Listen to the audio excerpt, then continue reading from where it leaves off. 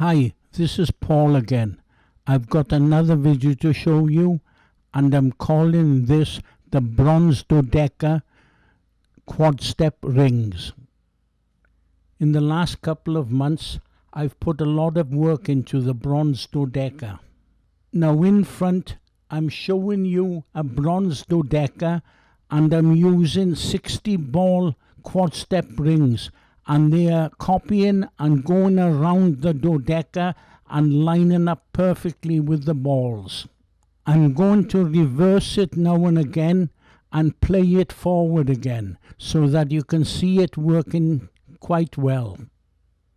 Now if you study this, you can see that the red balls are lining up perfectly with the balls of the Bronze Dodecahedron. And this is in many different ways in 3 dimensions. They are lining up perfectly. I think we are looking at a wonderful 3-dimensional educational toy here. And I think you could use elastic bands instead of the quad step rings to form different polygons and stuff like that and learn 3D geometry. That's what I think anyway.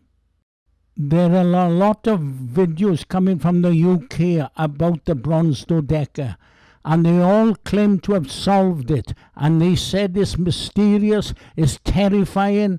They all got a good answer, but none of them ever mentions anything about 3D geometry. I think it's a no-no to them.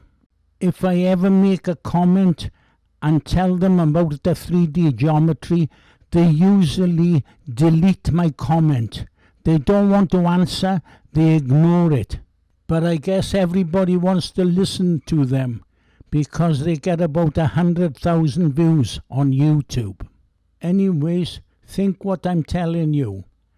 And I'm going to call it a day now, so thank you very much for watching my video.